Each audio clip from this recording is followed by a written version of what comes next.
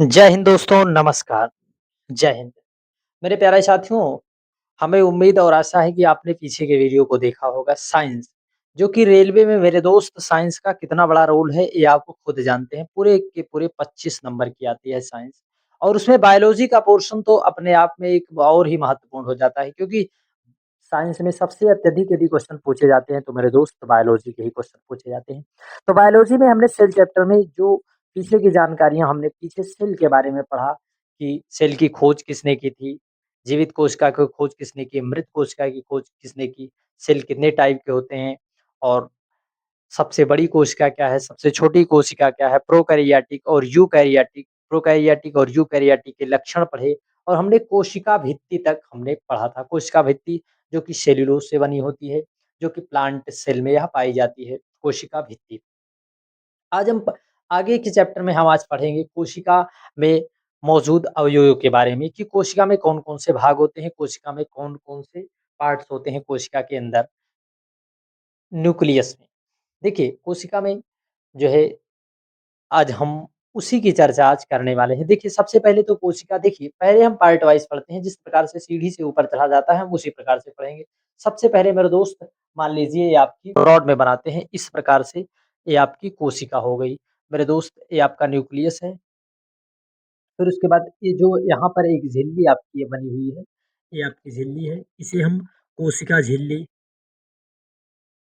या फिर प्लाज़्मा झिल्ली, प्लाज़्मा मेम्ब्रेन या सेल मेम्ब्रेन इसे कहते हैं, सेल मेम्ब्रेन इसे कहते हैं।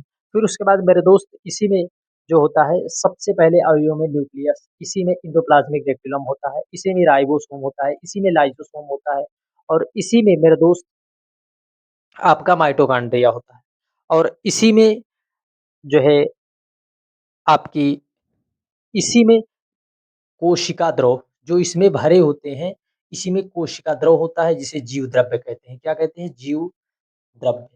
जीव द्रव्य क्या होता है मेरे दोस्त? जीव द्रव्य कोशिका द्रव और केंद्रक द्रव दोनों मिलाकर क्या बनते हैं? जीव द्रव्य। इसी प्रकार से मेरे दोस्त इसी में प्लास्टिड होता है। देखिए प्लास्टिड जो कि लवक होता है और यह एनिमल सेल में नहीं पाया जाता है, प्लांट सेल में पाया जाता है। इसी में वैक्यूल्स होता है, इसी में सेंट्रोसोम होता है, इसी में क्रोमोसोम होता है और इसी में गोल्गी बॉडी होती है और इसी में लाइसोसोम और इसी में राइबोसोम। इसी प्रकार के जो-जो अवयव इसमें पाए जाते हैं, उनकी आज हम एक-एक पार्ट की आज सभी की व्याख्या करने वाले हैं। तो आइए शुरू करते हैं। सबसे पहले हम सेल मेम्ब्रेन, प्लाज़्मा झिल्ली, इसी में एंडोप्लाज़्मिक रेटिकुलम, माइटोकॉन्ड्रिया, वैक्यूल्स और जो-जो कोशिका के अवयव होते हैं, उन सब की आज हम एक-एक रूप से आज हम सभी की व्याख्या करने वाले हैं। मेरे दोस्त इस प्रकार से कोशिका झिल्ली। देखिए मेरे दोस्त यह जो है कोशिका झिल्ली यह बाहरी आवरण होता है। यह जो है प्लांट और एनिमल दोनों सेल्स में पाई जाती है। कोशिका झिल्ली दोनों में पाई जाती है। यह जो है अवयवों को जो कोशिका के अंदर जिस प्रकार से कोशिका में जैसे और प्रोटीन जो भी माइक्रोन्यूट्रिएंट जो भी कोशिका के अंदर आने वाले पदार्थ हैं अर्थात जिन पदार्थों की कोशिका के अंदर आवश्यकता होती है, उन पदार्थों को यह आने देती है और उसे बाहर निकलने भी देती है। देखिए मेरे दोस्त यह जंतु एवं पादप दोनों ही कोशिका में पाई जाती है। इसमें बाहरी इसका जो बाहरी आवरण होता है या प्लाज्मा झिल्ली इसे बायोलॉजिकल या जैविक यह जो है सक्रिय परिवहन होता है इसमें, सक्रिय परिवहन के द्वारा चीज़ें अंदर और बाहर आती हैं और इसका निर्माण प्रोटीन और लिपिड से बना होता है। प्रोटीन और लिपिड से वसा, इससे इसका निर्माण होता है और इसमें जो है जो चीज़ें अंदर और बाहर कोशिका झिल्ली के अंदर यानी कोशिका में प्रवेश करती हैं, कोशिका झिल्ली के माध्यम से जो इसमें सेल देखिए इसमें होता है ओस्मोसिस एंड डिफ्यूज़न। डिफ्यूज़न के माध्यम से 2 प्रक्रिया के माध्यम से चीज़ें अंदर आ जाती हैं और चीज़ें इसी के माध्यम से चीज़ें बाहर चली जाती हैं। अरे दोस्त आपको यह भी बता दें कि जो इसमें ऑस्मोसिस की प्रोसेस होती है, परासरण, कम सांद्रता से अधिक देखिए कम सांद्रता से अधिक सांद्रता की ओर जाती है ऑस्मोसिस कम सांद्रता, परासरण देखिए इसमें कम सांद्र से अधिक सांद्र की ओर जो है बढ़ती हैं और इसमें कम अधिक सांद्र से कम सांद्र की ओर। देखिए मेरे दोस्त इसमें आप बता दें देखिए जो आपका मुनक्का होता है किशमिश, देखिए किशमिश को आप जब यदि पानी में डाल देते हैं तो आप फूल जाता है किसके कारण? ऑस्मोसिस के कारण और चना भी ऑस्मोसिस की प्रक्रिया के द्वारा फूल जाता है। तो उसी में जो कोशिका के अवयव होते हैं, वे उसी प्रकार से फूल जाते हैं और विसरण जो अधिक परिवहन, इसमें क्या होता है सक्रिय सक्रिय परिवहन होता है। इसमें सक्रिय परिवहन होता है कि इतनी ही जानकारी मेरे दोस्त, इतनी जानकारी यदि आप रखते हैं तो गारंटी है मेरी जो भी प्रश्न आपके बनेंगे, वह प्रश्न आपसे जो है फोड़ते हुए आप उन प्रश्नों को निकल जाएँगे। और यह बाहरी आवरण से बनी होती है, जो इसका बाहरी आवरण होता है उसे बायोलॉजिकल जैविक झिल्ली कहते हैं या प्लाज्मा झिल्ली या फिर कोशिका झिल्ली। यह जंतु और पादप कोशिका दोनों में पाई जाती है और इसका निर्माण जो है प्रोटीन और वसा से बना होता है, लिपिड से प्रोटीन और लिपिड से यह सक्रिय परिवहन इसमें सक्रिय परिवहन के द्वारा ही चीज़ें अंदर और बाहर आती जाती हैं और जिसकी आवश्यकता नहीं होती हमारी कोशिका में उसे परासरण झिल्ली के माध्यम से बाहर निकाल देता है, वो भी परासरण और विसरण के माध्यम से। फिर उसके बाद एक हमारा इसमें आए हुए जीव द्रव्य। देखिए, आपने कोशिका झिल्ली पढ़ा सेल मेम्ब्रेन फिर उसके बाद आता है जीव द्रव्य। जीव द्रव्य, इसका नाम पुरकिंजे ने दिया था। किसने? पुरकिंजे। जीव द्रव्य देखिए कोशिका द्रव, कोशिका द्रव प्लस केंद्रक द्रव, केंद्रक द्रव बराबर क्या होता है जीव द्रव्य। जीव द्रव्य इसे जीवन की मूलभूत इकाई भी कहा जाता है। जीवन की मूलभूत इकाई या जीवन का आधार, जीवन का आधार भी इसे कहा जाता है। जीवन का आधार भी इसे मेरे दोस्त कहा जाता है। देखिए, जो इसमें कोशिका जीव द्रव्य इस प्रकार से हमारी कोशिका होती है, जो कोशिका के जो अवयव इसमें होते हैं जैसे endoplasmic reticulum, lysosome, ribosome, mitochondria जो इसमें भरे होते हैं ताकि एक दूसरे से या आपस में टकराए ना। इसी कोशिका द्रव के कारण एक अपने स्थान पर रुके रहते हैं, इसी कोशिका द्रव के कारण। फिर उसके बाद मेरे दोस्त इसमें केंद्रक द्रव और इसमें इसे जीवन का आधार भी इसे बताया गया था। पुरकिंजे ने इसका नाम दिया था और एचबी मोनेल देखिए पुरकिंजे ने इसका नाम दिया था एचबी देखिए एचबी मोनेल ने इसकी खोज की थी। एचबी मोनेल ने इसकी खोज की थी और जो इसमें ये अवयव होते हैं कोशिका के, ये आपस में इसी कोशिका द्रव के कारण ये आपस में लड़ते नहीं हैं और इसे जीव द्रव्य और कोशिका द्रव, केंद्रक द्रव, कोशिका द्रव देखिए केंद्रक द्रव और कोशिका द्रव मिलाकर जीव द्रव्य होता है। मेरे दोस्त यह क्वेश्चन आपसे बार-बार पूछा भी जाएगा कि जीव द्रव्य क्या है? तो आपको बता देना है कोशिका द्रव और केंद्रक द्रव दोनों मिलकर ही कोशिका द्रव का जीव द्रव्य का निर्माण करते हैं। इस प्रकार से आपको इसको याद कर लेना है। इस प्रकार से आपको मेरे दोस्त इसे आपको याद करते हुए निकल चलना है जीव द्रव्य।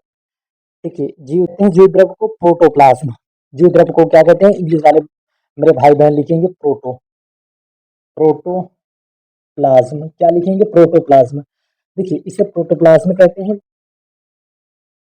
फिर उसके बाद इसमें आता है हमारा एक अवयव वैक्यूल्स, जिससे पौधों में बड़ी मात्रा में पाई जाती है। देखिए रिक्तियां, वैक्यूल्स इसे क्या कहते हैं वैक्यूल्स जो कि रिक्तियां। देखिए मेरे दोस्त रिक्तिका एक होता है वैक्यूल, वैक्यूल जिसे क्या कहते हैं रिक्तिका, रिक्तिका।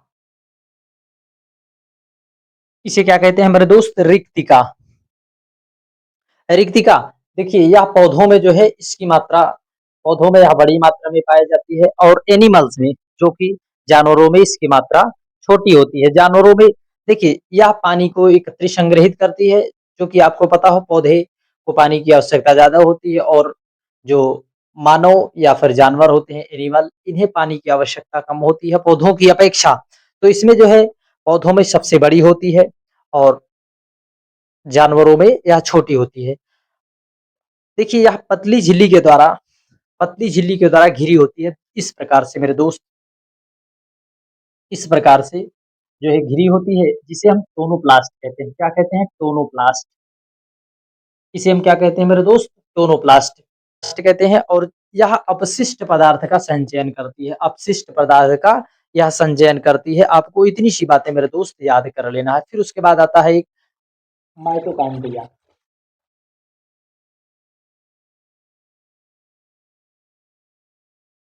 माइटोकॉन्ड्रिया,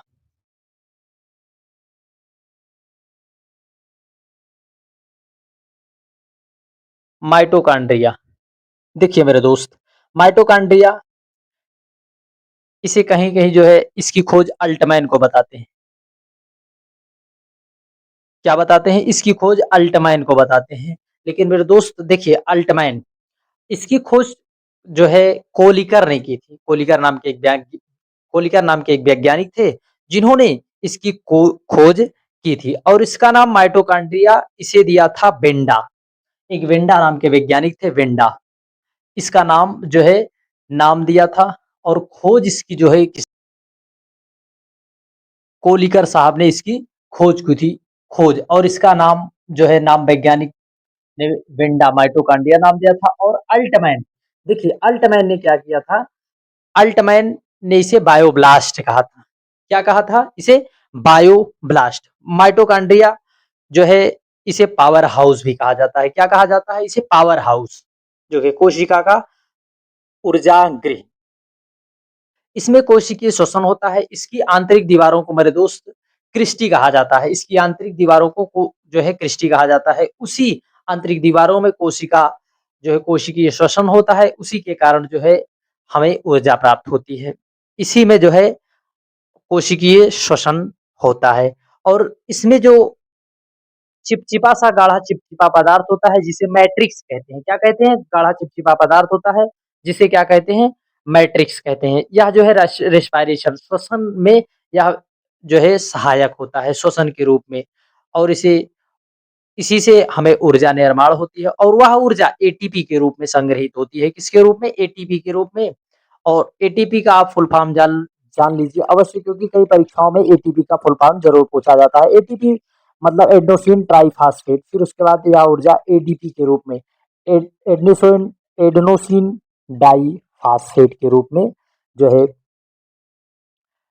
यह ऊर्जा जो है ऊर्जा की मात्रा इसी रूप की जाती है। ऊर्जा इसी रूप में, ऊर्जा का मात्रक एटीपी के रूप में और एडीपी प्लस पी के रूप में। और इसका मेरे दोस्त खुद का डीएनए होता है। इसका माइटोकॉन्ड्रिया का खुद का डीएनए होता है। माइटोकॉन्ड्रिया का मेरे दोस्त खुद का डीएनए, इसका अपना खुद का डीएनए होता है और बाकी सबका अलग होता है। लेकिन इसका खुद का डीएनए और खुद का इसका आरएनए होता है। तो एक बार देखिए जो पॉइंट्स हमने आपको बताया, दोहरी झिल्ली से भी घिरा होता है। देखिए, एक तो यहाँ दोहरी झिल्ली से घिरा होता है, दोहरी झिल्ली से घिरा होता है। देखिए, यह दोहरी झिल्ली से घिरा होता है मेरे दोस्त। खुद का, इसका खुद का डीएनए होता है और आरएनए इसका खुद का होता है। इसकी आंतरिक दीवारों को, आंतरिक दीवारों को क्रिस्टी कहते हैं। क्या कहते हैं? क्रिस्टी। देखिए मेरे दोस्त, क्रिस्टी जरूर याद कर लेना। यह शब्द बहुत ही महत्वपूर्ण है, क्योंकि यह परीक्षाओं में पूछा जाता है। इसकी आंतरिक दीवारों को क्या कहा जाता है? क्रिस्टी। कोशिकीय श्वसन कहाँ होता है? तो आपको श्वसन की प्रक्रिया कहाँ होती है? तो आपको यहाँ पर बताना है। इसे पावर हाउस, पावर हाउस ऊर्जा गृह भी कहा जाता है। इसे क्या कहते हैं? ऊर्जा गृह। यह देखिए आप वेरी वेरी इंपॉर्टेंट पॉइंट है मेरे दोस्त, इसको आपको ज़रूर याद रख लेना है। इसे जो है ऊर्जा गृह भी कहा जाता है। कोशिका पावर हाउस ऑफ सेल। देखिए, इसी में कोशिकीय श्वसन होता है। क्या होता है? कोशिकीय श्वसन। वो भी किस प्रकार से होता है? देखिए, कोशिकीय श्वसन C6H12O6 प्लस 6O2। तो यहाँ पर क्या होता है मेरे दोस्त? देखिए 6CO2 plus H2O plus 38 ATP। इस प्रकार से ऊर्जा इसमें जो है, देखिए इसमें मेरे दोस्त बैलेंस जब किया जाएगा तो CO2 को देखिए, कार्बन डाइऑक्साइड और जल, कार्बन डाइऑक्साइड जल और 30 एटीपी के रूप में जो है ऊर्जा का इसमें निर्माण होता है। देखिए ये ग्लूकोज ग्लूकोज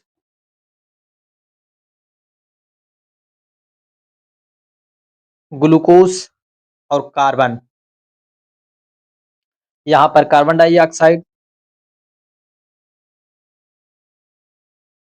देखिए यहाँ पर कार्बन डाइऑक्साइड और जल, और यह ऊर्जा के रूप में जो है इसका निर्माण हो जाता है। इसका मात्रक जो है एटीपी के रूप में, किसके रूप में मेरे दोस्त? एटीपी के रूप में।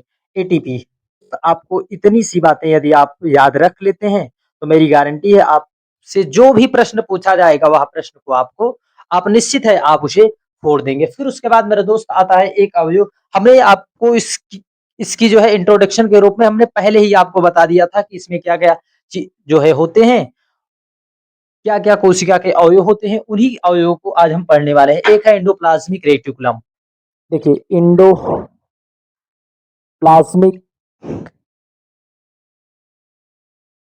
रेटिकुलम अंतः अंतः प्रदव्य जालिका। मेरे दोस्त क्या होती है? अंतः प्रदव्य जालिका। अब इसके बारे में जानते हैं। देखिए इसमें एक एसीआर होता है और एक आरईआर होता है। एसीआर मतलब स्मूथ एंडोप्लाज्मिक रेटिकुलम, और आरईआर रफ एंडोप्लाज्मिक रेटिकुलम। देखिए इसकी खोज 1945 में पोर्टर ने की थी। किसने की थी? इसकी खोज जो है पोर्टर ने, पोर्टर पोर्टर नाम के एक वैज्ञानिक थे, उन्होंने इसकी खोज की थी। पोर्टर नाम के एक वैज्ञानिक जिन्होंने इसकी मेरे दोस्त खोज की थी। और एक चिकनी होती है और एक खुरदरी होती है। जो चिकनी वाली होती है या जो है वसा वसा का संचय करती है और विषाक्त पदार्थों को जो है बाहर कर देती है, विषाक्त पदार्थों का पाचन कर देती है। और जो रफ वाला होता है, खुरदरा वाला होता है, खुरदा वाले में सिर्फ और सिर्फ आया इसमें प्रोटीन का संचयन होता है मेरे दोस्त। किसका? प्रोटीन का संचयन होता है। और यह जो है राइबो जो रफ वाला होता है, क्यों जो है रफ होता है, खुरदरा होता है? क्योंकि यहाँ पर छोटे-छोटे खुरदरे रूप में जो है राइबोसोम होते हैं। इसमें क्या होते हैं? राइबोसोम। देखिए एक होता है एसीआर और दूसरा होता है RER. Smooth smooth endoplasmic reticulum and rough endoplasmic reticulum जो है, यह जो है विषाक्त पदार्थों का जो है पाचन कर देती है, विषाक्त पदार्थों का पाचन कर देती है। और इसमें जो है प्रोटीन हो क्या होता है? Ribosome, ribosome. और ये प्रोटीन का पाचन करता है। किसका पाचन करता है मेरे दोस्त? प्रोटीन का पाचन कर देता है। आपको इतनी सी यदि आप बातें याद कर लेते हैं तो मेरी गारंटी है कि जो भी प्रश्न बनेंगे, देखिए बहुत कम समय बचे हैं इसलिए हमें फास्ट ट्रैक की रिवीजन भी करना है। देखिए जो कोशिका में जो मेन पॉइंट्स होता है उसे हम जो है आपको पूरा बताने का प्रयास कर रहे हैं। पूरा आपको शॉर्ट से शॉर्टतम तरीके से बता रहे हैं ताकि आप जो है समझ जाए मेरे दोस्त। और सिर्फ एक पॉइंट इसमें और भी लिख देना मेरे दोस्त, यह वसा का संचयन करता है। किसका? वसा का संचय करता है। आप इतनी सी बात यदि आप इसमें याद कर लेते हैं तो आपका जो है जो आप का एंडोप्लाज्मिक रेटिकुलम है, इसमें इतनी सी बातें आपको याद कर लेना है, इससे आपका जो है प्रश्न बन जाएगा। मेरे दोस्त विशेष रूप से तो इसमें राइबोसोम और जो है विषाक्त पदार्थ, विषाक्त टॉक्सिक टॉक्सिक मटेरियल से संबंधित जो है पूछा जाता है विषाक्त पदार्थ का पाचन कौन करता है, इस आपको दिया जाएगा एसीआर आरईआर। इस प्रकार से आपको दिया जाएगा प्रश्नों को, और आपको प्रश्नों को मेरे दोस्त बनाना भी है इसी प्रकार से। फिर उसके बाद आता है हमारा गोल्जी बॉडी। गोल्जी बॉडी को खोज किसने की थी? देखिए, गोल्जी गोल्जी का है, गोल्जी का है, इसकी खोज कैमिलो गोल्जी ने की थी। कौन से वैज्ञानिक थे? Camillo Golgi. इसके कैमिलो गोल्जी जो एक वैज्ञानिक थे, उन्होंने इसकी खोज की थी, कैमिलो गोल्जी ने। यहाँ देखिए, शुद्ध प्रोटीन वसा का पैकेजिंग करता है, प्रोटीन और वसा का यह शोधन करता है। इसका यह लाइजोसोम का निर्माण करता है। किसका निर्माण करता है मेरे दोस्त? लाइजोसोम का भी निर्माण करता है, और कोशिका भित्ति के निर्माण में यह सहायक भी होता है। इसकी खोज किसने की थी? Camillo Golgi.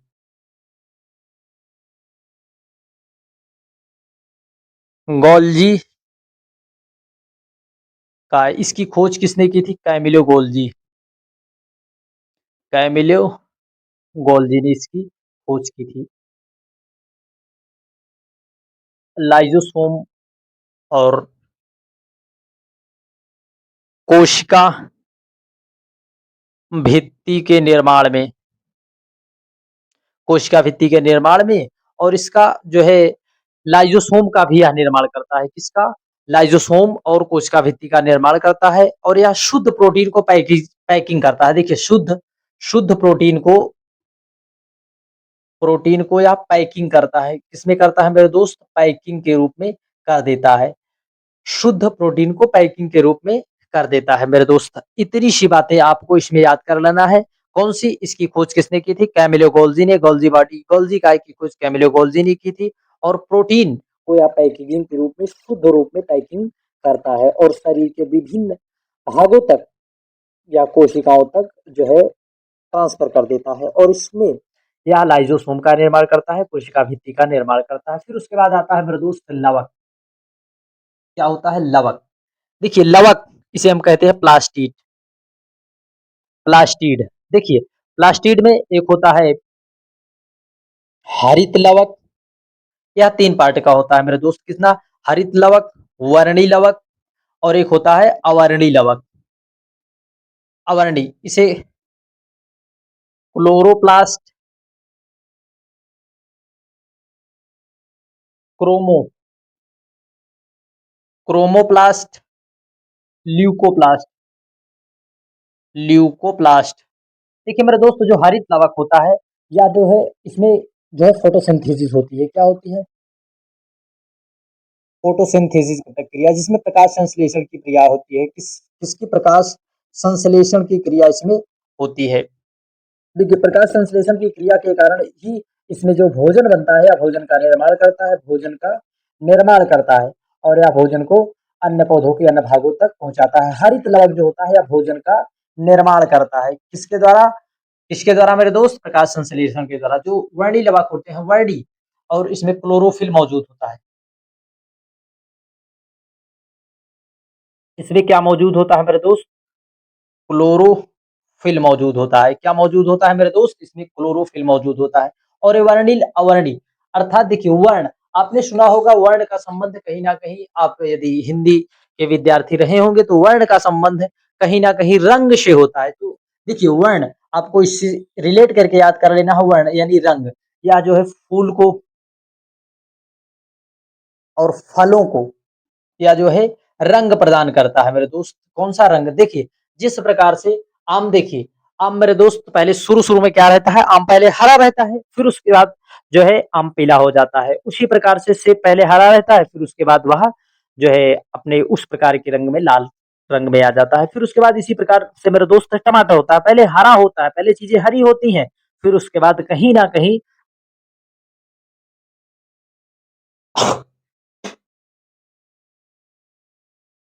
देखिए मेरे दोस्त, फिर उसके बाद आता है अवर्णी लवक। अवर्णी लवक जो होता है, इसका यह जो है पौधों, अवर्णी लवक, अवर्णी लवक, देखिए, यह जड़ों में होता है। यह भोजन का संचयन करता है। क्या? भोजन संचित करता है, भोजन संचित करता है, अर्थात संग्रह करता है, भोजन को यह संग्रह करता है। और यह जो है जड़ों में जड़ों में पाया जाता है। अब कहोगे क्यों? देखिए मेरे दोस्त, देखिए जहाँ पर सूर्य की किरणें, यहाँ पर तो प्रकाश संश्लेषण हो रहा है और यहाँ पर जहाँ-जहाँ सूर्य की किरणें पड़ रही है, वहाँ पर जो है उसका रंग दूसरा है और यहाँ पर जो है ल्यूकोप्लास्ट में, यहाँ पर जो है सूर्य का प्रकाश नहीं पड़ता, तो यहाँ पर ये जो है जड़ों में पाया जाता है अवर्णीय लवक, क्योंकि जड़ों का कोई विशेष रंग नहीं होता, वह एक ही रंग की, चाहे जिस भी पौधे को आप देखेंगे उसकी जड़ें एक ही रंग की रहती हैं। मेरे दोस्त, जो है जड़ों में यहाँ पाया जाता है ल्यूकोप्लास्ट। फिर उसके बाद मेरे दोस्त है इसमें राइबोसोम। अगला अवयव हम पढ़ेंगे कोशिका के अवयव में, राइबोसोम। इसकी खोज पैलाडे ने की थी। किसने? पैलाडे।